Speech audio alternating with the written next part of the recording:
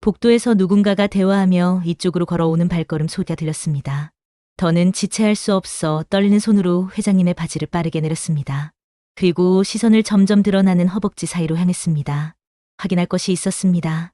오늘은 꼭 확인해야 했습니다. 그 순간 서울 한남동 언덕 위 커다란 검은색 철 대문이 천천히 열렸습니다. 저는 낡은 가방 하나 들고 그 문턱을 넘었습니다. 평생을 일해도 살 수 없을 것 같은 저택이 눈앞에 펼쳐졌지요. 정원의 잔디는 자로 잰 듯 고르고 분수대에서 쏟아지는 물소리가 고요했습니다. 한소라 선생님이시죠? 현관문이 열리며 곱게 차려입은 여자가 나왔습니다. 30 후반쯤 돼 보이는 그녀는 완벽한 미소를 짓고 있었습니다. 저는 오세린입니다. 회장님 며느리예요.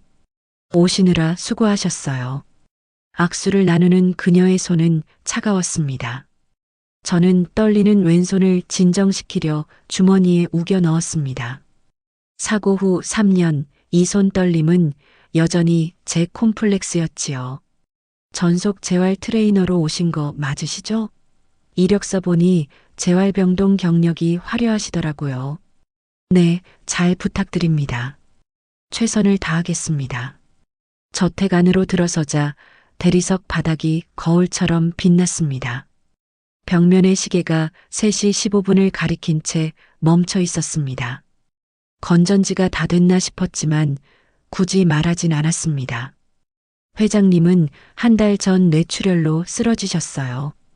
의식은 있지만 거의 못 움직이세요.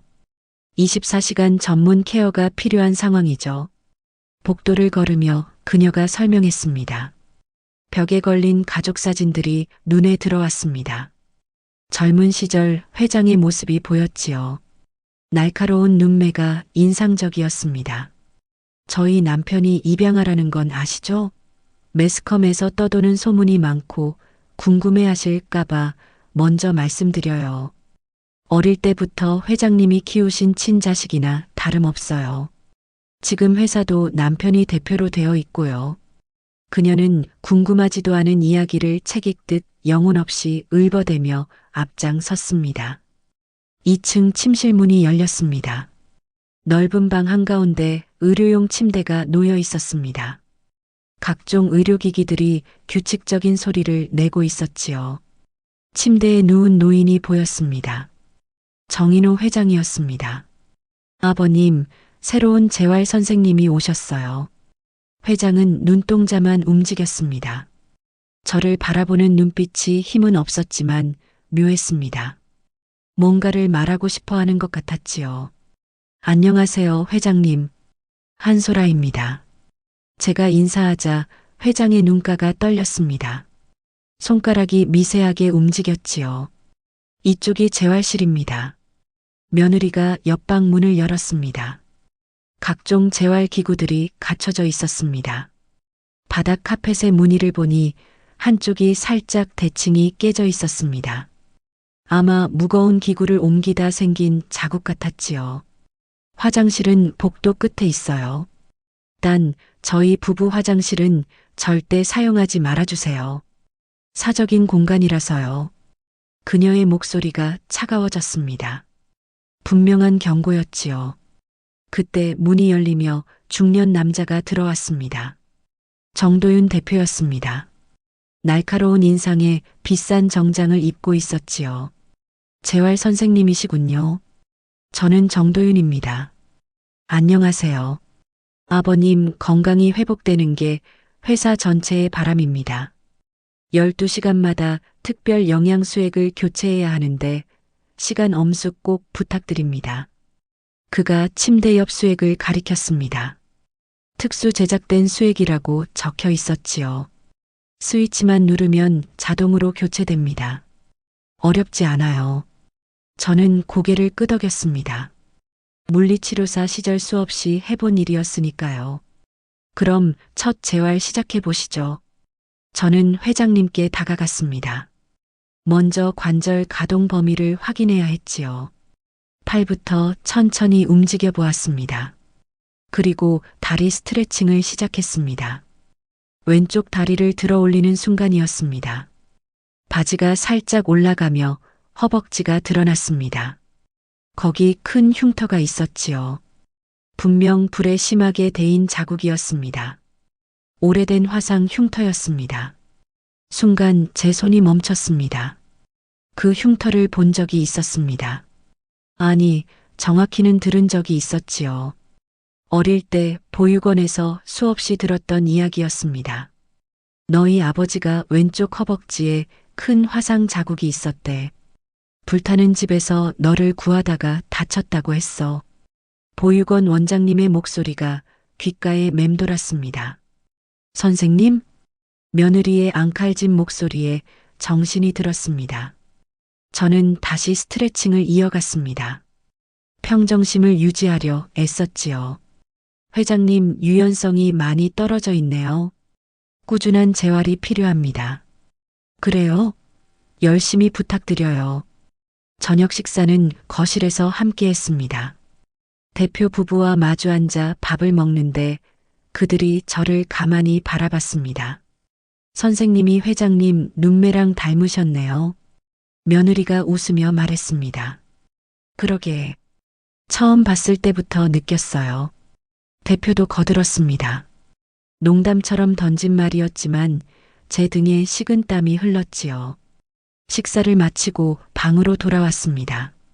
작은 직원 숙소였지만 깨끗했습니다. 저는 침대에 앉아 떨리는 손을 내려다봤습니다. 그 화상 흉터가 계속 눈앞에 아른거렸습니다. 설마 정말 그럴 리는 없겠지요. 하지만 만약에, 정말 만약에 그 사람이 제 아버지라면?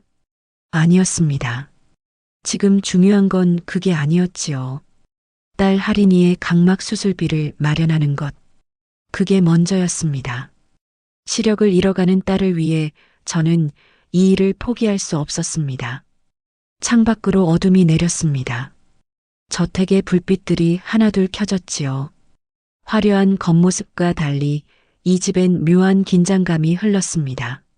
수석 집사라는 문경자 씨를 복도에서 마주쳤습니다. 예순쯤 돼 보이는 그녀는 말없이 고개만 숙였습니다. 20년째 이 집에서 일한다고 들었지요.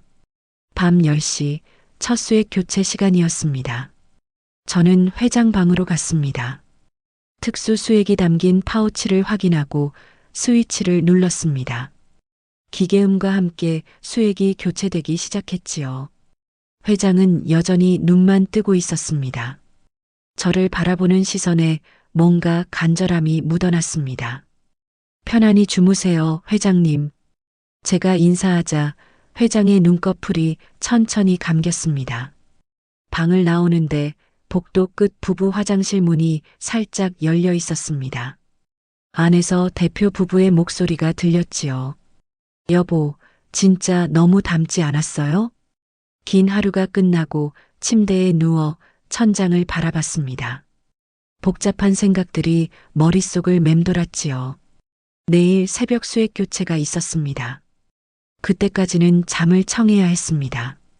하지만 잠은 쉽게 오지 않았지요. 그날 밤 저는 오래전 보육원 시절 꿈을 꿨습니다. 누군가 저를 안고 불길 속을 뛰어나오는 꿈이었습니다. 그 사람의 얼굴은 보이지 않았지만 왼쪽 허벅지에서 발끝까지 피가 흐르고 있었습니다. 다음 날 새벽 5시 두 번째 수액 교체를 마치고 방으로 돌아왔습니다.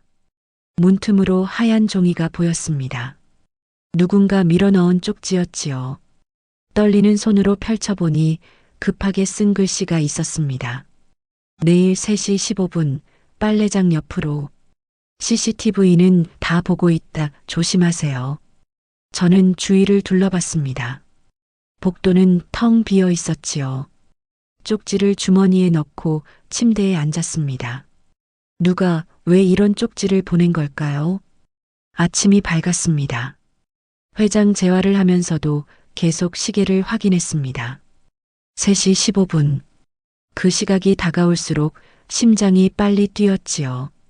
선생님, 회장님 상태는 어떤가요? 점심 식사 때 대표가 물었습니다. 조금씩 호전되고 있습니다. 근육 경직도 풀리고 있고요. 다행이네요. 계속 부탁드립니다. 대표 부부는 평소처럼 친절했지만 어젯밤 화장실에서 들은 대화가 계속 떠올랐습니다. 드디어 3시가 되었습니다. 저는 자연스럽게 정원으로 나갔습니다. 빨래장은 저택 뒤편에 있었지요. 그곳에 문경자 집사가 빨래를 널고 있었습니다. 저는 천천히 다가갔습니다. 집사는 저를 보고도 모른 척 했지요. 빨래만 계속 널었습니다. 날씨가 좋네요. 제가 먼저 말을 꺼냈습니다.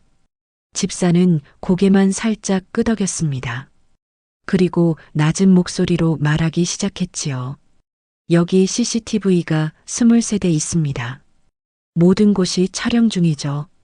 빨래를 털면서 그녀가 말했습니다. 사각지대는 딱 한 곳입니다. 회장님 침대 왼쪽 45도 각도. 거기만 안 보입니다. 저는 놀라지 않으려 애썼습니다. 빨래 너는 걸 도우는 척하며 들었지요. 특수수액에 인체에 해로운 독성분이 들어갑니다. 서서히 몸을 마비시키는 독성분이죠. 재활 담당이 스위치를 누른 것처럼 보이게 만들 겁니다. 손이 떨렸지만 꾹 참았습니다. DNA 검사도 조작됩니다. 미리 회장님 머리카락을 챙겨 놓으세요. 따로 검사해야 합니다. 왜 저한테 이런 말을? 회장님은 너무 좋은 분입니다. 제가 20년을 모셨습니다. 이렇게 허망하게 가시면 절대 안 됩니다. 집사는 빨래 바구니를 들었습니다. 증거가 필요하면 부부 화장실 천장 환풍구를 확인하세요. 녹음기와 사진이 있습니다. 하지만 들키면 절대 안 돼요. 끝입니다. 그녀는 그렇게 말하고 저택 안으로 들어갔습니다. 저는 잠시 더 정원에 서 있다가 천천히 들어갔지요. 그날 밤 10시 수액 교체 시간이었습니다. 저는 일부러 회장 침대 왼쪽 45도 각도에 섰습니다. 정말 CCTV 사각지대가 맞는지 확인하고 싶었지요. 특수 수액 파우치를 들고 잠시 망설였습니다. 여기에 독이 들어있다니. 정말일까요? 저는 품에서 작은 일반 수액을 꺼냈습니다. 재활실에서 미리 가져온 것이었지요. 빠르게 바꿔치기 했습니다. 특수 수액은 앞치마 주머니에 넣었습니다. 그때 회장이 눈을 미세하게 떴습니다. 저를 바라보는 눈빛이 애절했지요. 뭔가 알고 있는 것 같았습니다. 회장님, 이제 걱정 마세요. 작게 속삭이고 스위치를 눌렀습니다. 일반 수액이 회장 몸속으로 들어가기 시작했지요. 그리고 자연스럽게 회장 머리를 쓰다듬었습니다. 재활 마사지를 하는 척하면서 머리카락 몇 가닥을 뽑았지요. 티슈에 싸서 주머니에 넣었습니다. 방을 나와 복도를 걷는데 발소리가 들렸습니다. 대표였습니다. 이 시간에 무슨 일이세요? 수액 교체했습니다. 수고하셨어요. 밤 늦었으니 얼른 들어가서 푹 쉬세요. 대표는 회장 방을 한번 들여다보고 나갔습니다. 저는 가슴을 쓸어내렸지요. 새벽 2시 저는 조용히 방을 나왔습니다. 부부 화장실로 가야 했습니다. 복도는 어두웠지요. 발소리를 죽이며 천천히 걸었습니다. 화장실 문이 잠겨 있었습니다. 하지만 물리치료사 시절 배운 기술이 있었지요. 가느다란 철사로 잠금 장치를 건드렸습니다. 딸깍 소리와 함께 문이 열렸습니다. 안으로 들어가 문을 닫았습니다.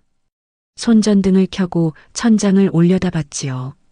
환풍구가 보였습니다.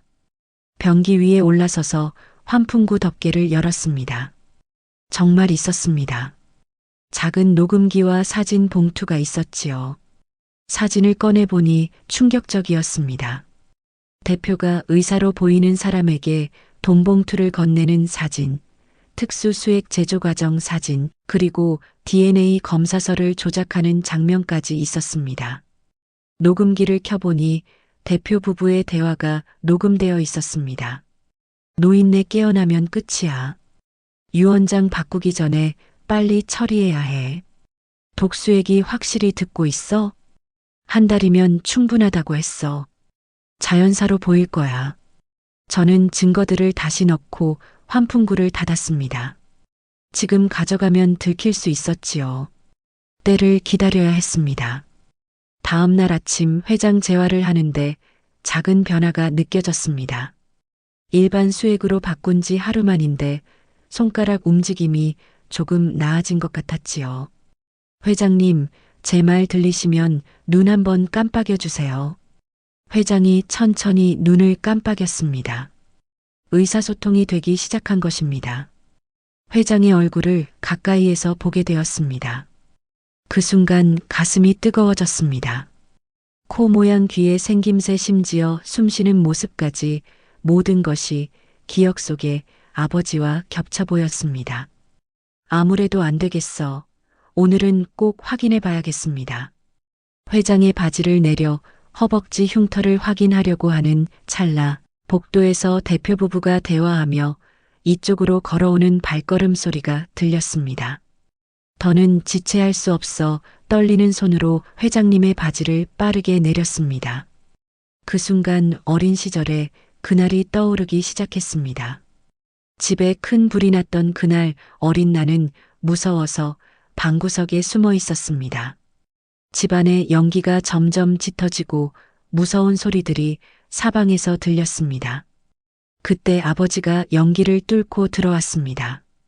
아버지는 나를 안고 밖으로 나가려 했습니다. 하지만 불이 붙어 무너져 내린 부엌 나무 기둥에 다리가 깔렸고 그 순간 뜨거운 나무 불덩이가 아버지의 허벅지를 훑고 지나갔습니다.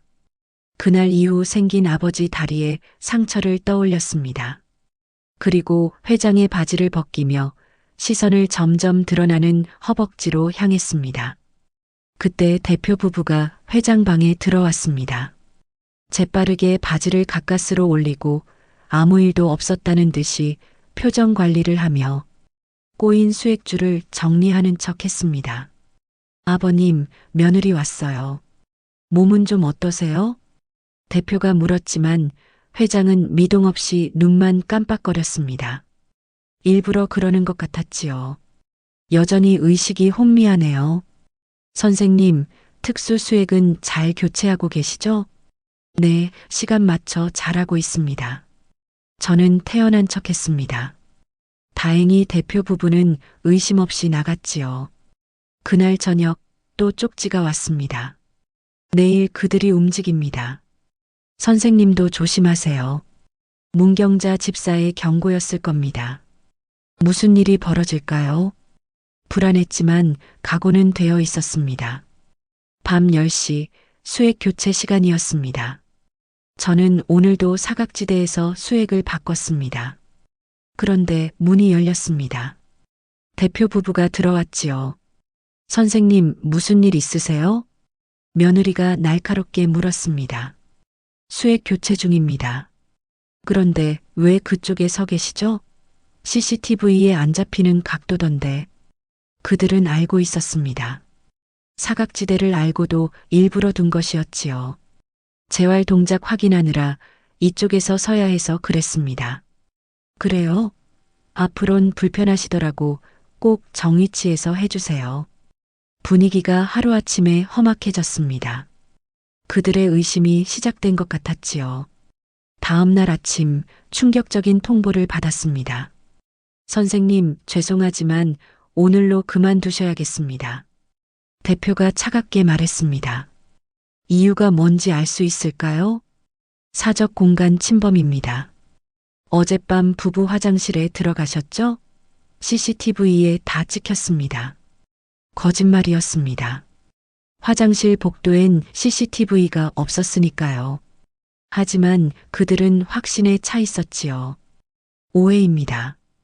변명 듣고 싶지 않습니다. 당장 나가주세요. 저는 할 수 없이 짐을 쌌습니다. 회장을 마지막으로 보고 싶었지만 허락되지 않았지요. 머리카락은 갖고 나왔지만 증거는 갖고 나오지 못했습니다. 저택을 나오면서 뒤를 돌아봤습니다. 2층 큰 창문에 회장이 보였습니다. 간신히 휠체어에 앉아 저를 바라보고 있었지요. 문경자 집사가 뒤에 서 있었습니다. 회장이 손을 들어 올렸습니다. 떨리는 손으로 무언가를 가리켰지요. 저는 알 수 없었지만 그 간절한 눈빛은 잊을 수 없었습니다. 병원으로 바로 갔습니다. 지인이 일하는 유전자 검사실이었지요. 회장 머리카락과 제 머리카락을 제출했습니다. 친자 확인 검사 부탁해. 결과는 일주일 뒤에 나와. 일주일. 그동안 회장이 무사하기를 빌 수밖에 없었습니다. 1년 같은 일주일을 보내야 했습니다. 집으로 돌아오니 딸 할인이가 맞아줬습니다. 엄마, 벌써 왔어? 응, 일이 좀 꼬였어.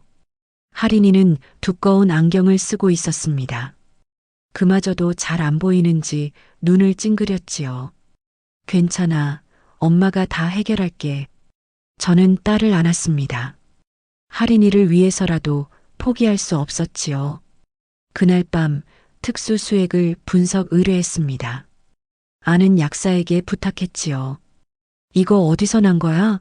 성분이 이상한데. 뭐가 들어있어? 신경마비 성분이 있어. 장기 복용하면 위험해. 역시 독이었습니다. 증거는 있지만 저택 안에 증거를 가져오지 못했지요. 어떻게 해야 할까요? 고민이 깊어졌습니다. 일주일 뒤 지인에게서 연락이 왔습니다. 검사 결과 나왔어. 병원으로 와서 확인해. 저는 떨리는 마음으로 병원으로 갔습니다. 검사실 친구가 서류 봉투를 건넸지요. 친부 확률 99.9%야. 확실한 부녀 관계야. 순간 다리에 힘이 풀려 의자에 털썩 주저앉았지요. 정인호 회장이 제가 그토록 만나고 싶었던 제 아버지였던 겁니다. 괜찮아? 응, 괜찮아. 고마워. 병원을 나와 저택으로 향했습니다. 이제 더는 망설일 수 없었지요.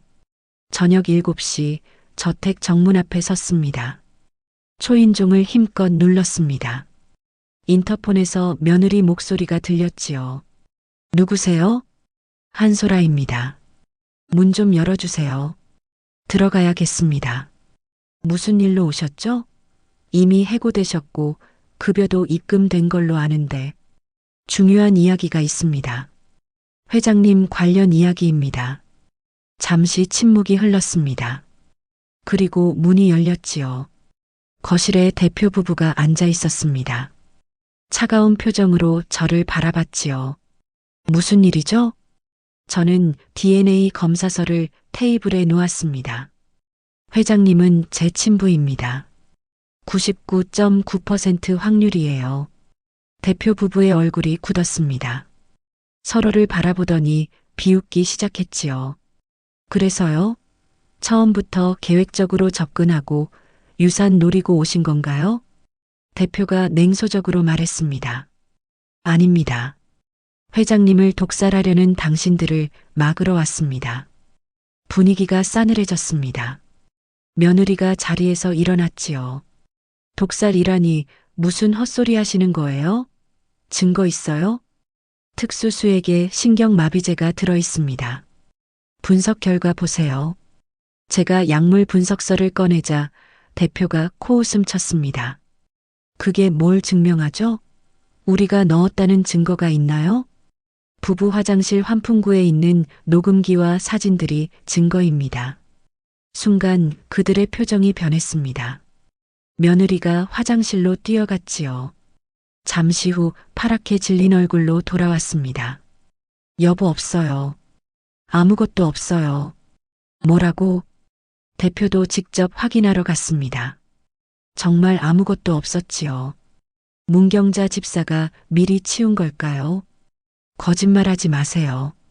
처음부터 아무것도 없었겠죠. 대표가 돌아와 씩씩거렸습니다. 그리고 이 DNA 검사서? 가짜겠죠. 돈 주고 조작한 거 아니에요? 직접 다시 검사해 보시죠. 그럴 필요 없어요. 우리가 이미 검사했거든요. 대표가 서랍에서 서류를 꺼냈습니다. DNA 검사서였지요. 하지만 결과는 달랐습니다. 침부 확률 0%라고 나와 있었습니다. 이게 진짜입니다. 당신 것은 조작이에요. 저는 알았습니다. 그들이 조작한 것이라는 걸요. 회장 머리카락 대신 다른 사람 것으로 바꿔치기 한 겁니다. 믿고 싶은 대로 믿으세요. 하지만 회장님 독살은 막을 겁니다. 독살? 누가 독살을 해요? 며느리가 다가왔습니다. 위협적이었지요. 오히려 당신이 수액에 뭘 넣은 거 아니에요? CCTV에 다 찍혔을 텐데. 사각지대에서 했습니다. 회장님을 살리기 위해서요. 그때 대표가 웃기 시작했습니다. 섬뜩한 웃음이었지요. 인정하는 거네요? 수액 조작을 당신이 했다고. 독을 일반 수액으로 바꾼 겁니다. 그걸 누가 믿어요? 증거 있나요? 대표가 핸드폰을 꺼냈습니다. 조작이든 뭐든 이미 끝났어요. 우리가 이 회사 주인이고 회장은 곧 자연사할 겁니다. 뭐라고요? 아, 말 나온 김에 다 말해드리죠. DNA 조작? 맞아요. 우리가 했어요. 며느리도 거들었습니다. 어차피 증거 없잖아요. 녹음? 해봐요. 써먹을 수도 없을 텐데. 저는 주머니에서 핸드폰을 꺼냈습니다. 이미 녹음 중이었지만 그들은 개의치 않았지요. 그리고 당신 같은 사람 하나쯤 처리하는 거 어렵지 않아요. 대표가 핸드폰으로 어딘가 전화했습니다. 지금 한남동 집으로 와. 급하게 처리할 일이 있어. 위기감이 느껴졌습니다. 하지만 물러설 수 없었지요. 저는 다른 손으로 핸드폰을 만졌습니다. 112를 미리 눌러놨던 겁니다. 통화 연결 버튼만 누르면 되도록 준비해 둔 것이었지요. 저택 주소도 미리 입력해뒀습니다. 10분이면 올 겁니다. 그때까진 가만히 있으세요. 며느리가 저를 의자에 앉혔습니다. 저항하지 않았지요. 시간을 끌어야 했으니까요. 그때 문경자 집사가 나타났습니다. 무언가를 들고 있었지요. 이걸 찾으시나요? 집사가 든 것은 증거 봉투였습니다. 사진과 녹음기가 들어 있었지요. 문경자, 저 아줌마가 감히. 대표가 소리쳤습니다. 20년을 속였습니다. 이제 진실을 밝힐 때입니다. 집사가 봉투를 열었습니다. 사진들이 쏟아졌지요. 독약 제조, 의사 매수, DNA 조작 증거들이었습니다. 저는 그 순간 핸드폰 통화 버튼을 눌렀습니다. 여기는 서울 한남동 살인 미수 현장입니다. 빨리 와주세요. 위치 공유도 함께 보냈습니다. 뭐 하는 거야? 대표가 제 핸드폰을 뺏으려 했습니다. 하지만 이미 늦었지요. 현관문이 열렸습니다. 대표가 부른 사람들이 들어왔습니다. 검은 옷의 남자 서너시였지요. 전연잡아. 대표가 명령했습니다. 남자들이 다가왔지요. 그때였습니다. 밖에서 사이렌 소리가 들렸습니다. 경찰이었지요. 일일이 신고를 받고 출동한 겁니다. 이 동네는 부촌이라 경찰 출동이 빨랐습니다. 뭐야, 왜 경찰이? 남자들이 당황했습니다. 며느리도 창밖을 내다봤지요. 경찰차 2대가 들어오고 있었습니다. 숨겨. 증거 다 숨겨. 대표가 소리쳤지만 늦었습니다. 경찰이 현관문을 두드렸지요. 경찰입니다. 문 열어주세요. 문경자 집사가 문을 열었습니다. 경찰 4명이 들어왔지요. 신고자가 누구십니까? 저입니다. 제가 손을 들었습니다. 이분들이 회장님을 독살하려 했습니다. 증거 여기 있습니다. 집사가 증거를 경찰에게 건넸습니다. 사진을 본 경찰 표정이 굳었지요. 모두 움직이지 마세요. 조사가 필요합니다. 대표가 뒤로 물러섰습니다. 이거 오해예요. 우리는 일단 서에서 조사받으셔야겠습니다. 그때 대표가 부른 남자들이 도망치려 했습니다. 하지만 밖에 대기하던 경찰들에게 잡혔지요. 수갑 채워. 경찰이 대표 부부에게 수갑을 채웠습니다. 그들은 끝까지 발뺌했지만 소용없었지요. 회장님 상태 확인이 필요합니다. 구급대 불렀습니다. 경찰이 2층으로 올라갔습니다. 저도 따라갔지요. 회장은 침대에 누워 있었습니다. 눈을 뜨고 있었지요. 아버지, 저도 모르게 그렇게 불렀습니다. 회장 눈에서 눈물이 흘렀습니다. 구급대가 도착했습니다. 회장을 병원으로 이송했지요. 독성분 검사와 치료가 시작되었습니다. 경찰서에서 조사가 이어졌습니다. 대표 부부는 계속 부인했지만 증거가 너무 확실했지요. 독약 구매 내역, 의사 매수 계좌, 이체 기록까지 다 나왔습니다. 당신 부부들 끝이야. 제가 나직이 말했습니다. 아줌마 아직 안 끝났어. 각오하는 게 좋을 거야. 우리 변호사 군단이 있거든. 대표가 이를 갈았지만 저는 두렵지 않았습니다. 정의는 반드시 승리한다고 믿었으니까요.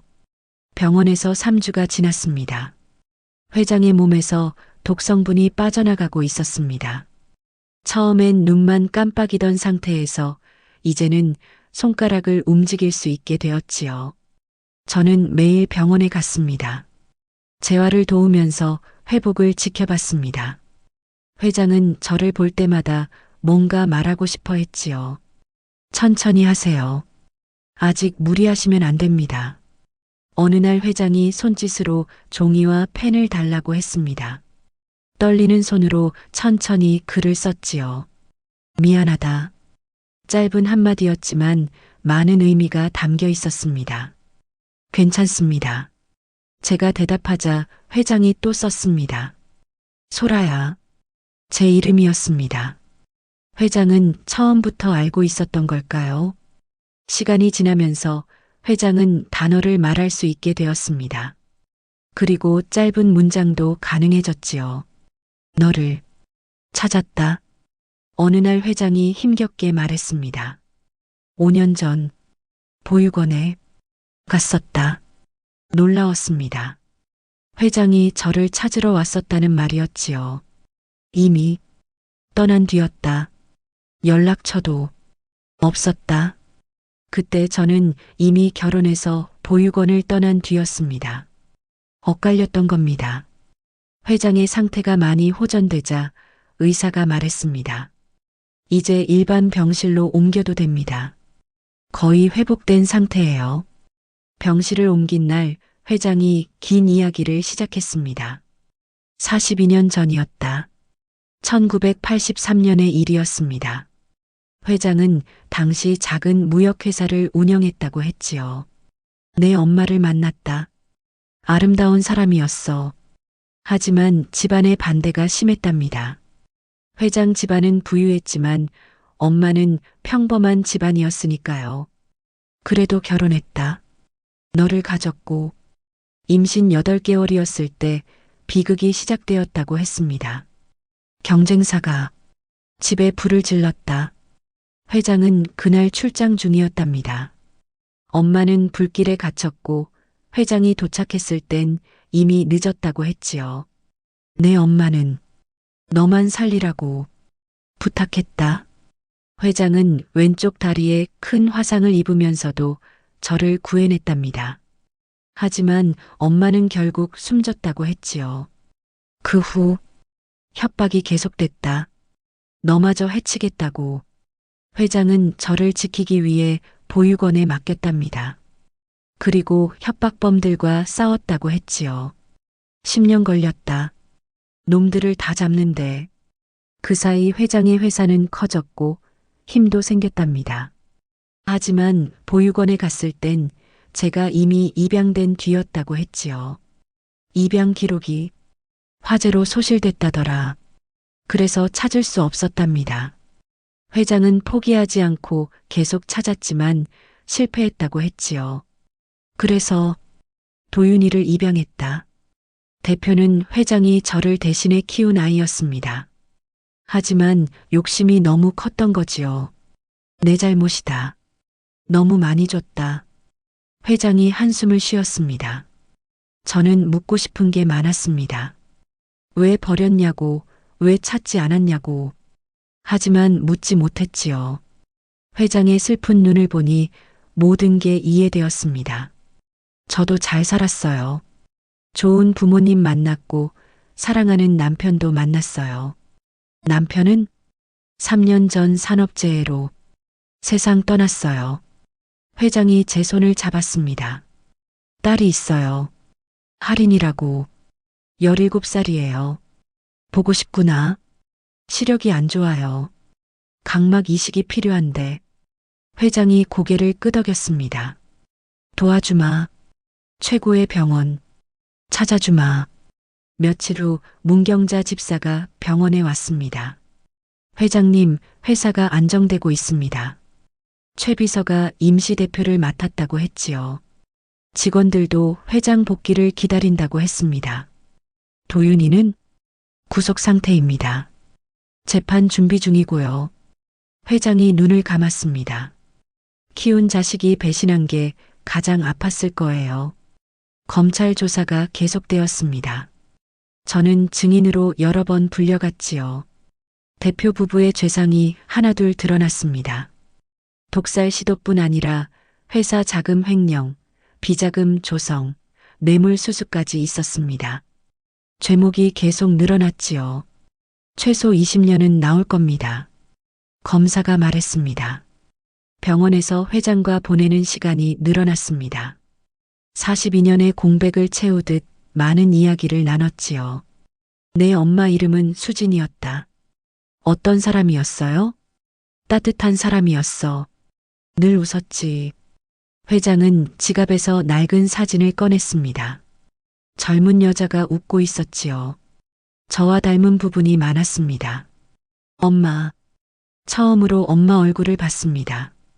가슴이 먹먹했지요. 할인이가 병원에 왔습니다. 회장을 처음 만나는 날이었지요. 할아버지세요? 그래. 할인아. 회장이 할인이 손을 잡았습니다. 손등에 점 3개가 나란히 있었지요. 회장 손등과 같은 위치였습니다. 정말 우리 할아버지 맞네요. 할인이가 환하게 웃었습니다. 잘 안 보이는 눈으로도 회장 얼굴을 자세히 보려 애썼지요. 미안하다. 이제야 만나서. 아니에요. 만나서 기뻐요. 회장 눈에 눈물이 고였습니다. 병원에서 각막 이식 상담을 받았습니다. 하지만 대기자가 너무 많았지요. 최소 2년은 기다리셔야 합니다. 의사 말에 실망했지만 어쩔 수 없었습니다. 기다릴게요. 할인이가 씩씩하게 말했지만 마음이 아팠습니다. 그날 밤 회장이 저를 불렀습니다. 만약 내가 먼저 가면 무슨 말씀이세요? 내 각막을 할인이에게. 놀라서 말을 잊었습니다. 이미 서류 준비했다. 법적으로 문제없다. 아버님, 그런 말씀 마세요. 하지만 회장은 진심이었습니다. 각막 기증 동의서를 이미 작성해 놨더군요. 재판이 시작되었습니다. 법정은 방청객으로 가득했습니다. 대기업 후계자의 양부살인 미수 사건이 화제였으니까요. 대표는 여전히 혐의를 부인했습니다. 비싼 변호사들을 여럿 선임했지요. 하지만 증거가 너무 명백했습니다. 피고인 정도윤에게 징역 25년을 선고한다.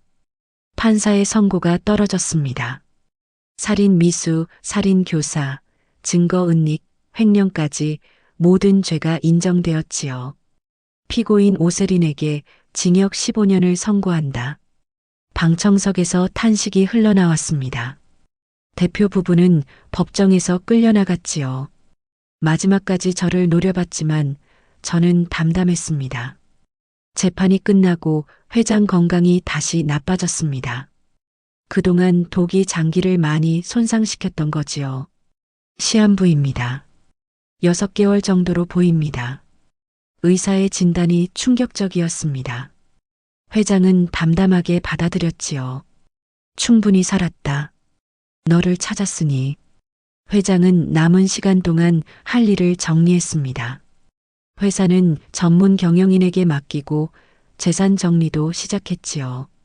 너와 할인이가 상속받아라. 아버님, 그리고 문경자도 가족이나 다름없으니 유언장이 작성되었습니다. 공증도 받았지요. 3개월이 지났습니다. 회장은 더 야위었지만 정신은 맑았습니다. 소라야, 네 아버님, 행복했다. 마지막에라도 함께해서. 그날 밤 회장이 조용히 눈을 감았습니다.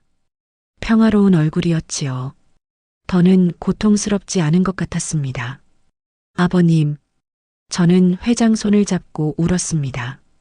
42년 만에 만났지만 짧은 시간이었지만 진짜 부녀가 된 것 같았습니다. 각막 기증 절차가 시작되었습니다. 회장이 미리 준비한 대로였지요. 할인이가 수혜자였습니다. 수술이 잘 끝났습니다. 일주일 후 붕대를 푸는 날이었지요. 천천히 뜨세요. 의사가 붕대를 풀었습니다. 할인이가 조심스럽게 눈을 떴지요. 엄마. 할인이가 제 얼굴을 똑똑히 보며 울었습니다. 보여요, 엄마. 다 보여요. 저도 울었습니다. 회장이 마지막으로 준 선물이었지요. 장례식은 조용히 치렀습니다. 회사 직원들과 가까운 사람들만 왔지요. 대표 부부는 교도소에서 참석도 못했습니다. 회장님은 좋은 분이셨습니다. 최 비서가 조사를 읽었습니다. 마지막에 진짜 가족을 찾으셨으니 행복하셨을 겁니다.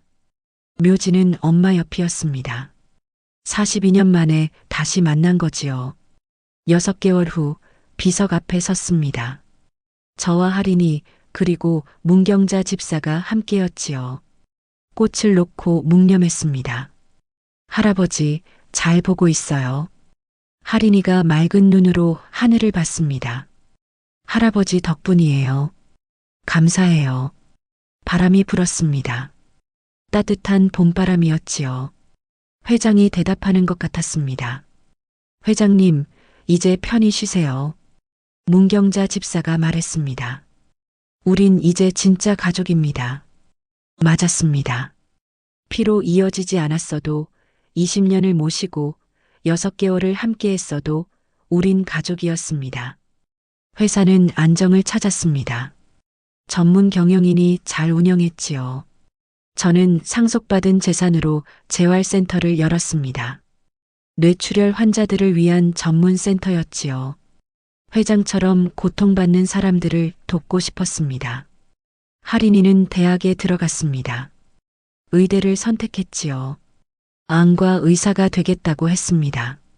할아버지처럼 다른 사람들에게 빛을 주고 싶어요. 문경자 집사는 은퇴했지만 가끔 우리 집에 왔습니다. 이제 정말 가족이 된 거지요. 혈연이 뭐 대수인가요? 마음이 진짜지. 집사 말이 맞았습니다. 가족은 피가 만드는 게 아니었습니다. 선택과 사랑이 만드는 거였지요. 가끔 회장 생각이 났습니다. 짧았지만 강렬했던 시간이었지요. 피가 가르쳐 준 건 단 하나였습니다.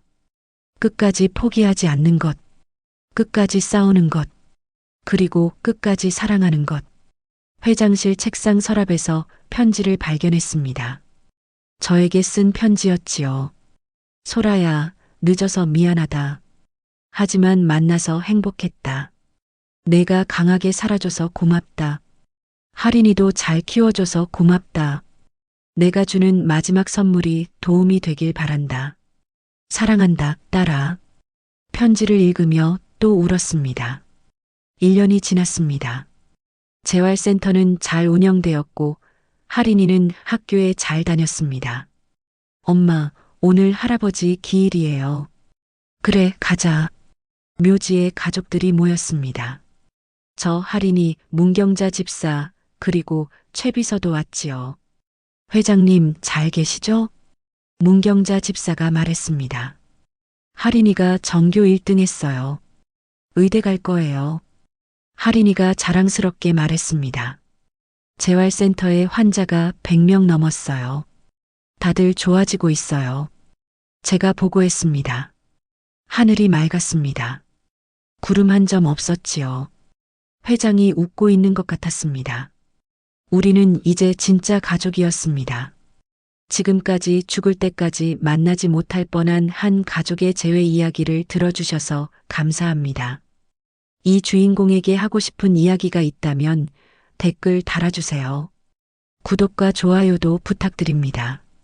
이 이야기가 널리 알려지도록 지인분께 공유해 주신다면 서로에게 선한 영향력이 되어 행운이 올 거라 생각합니다. 새벽다방이었습니다. 감사합니다.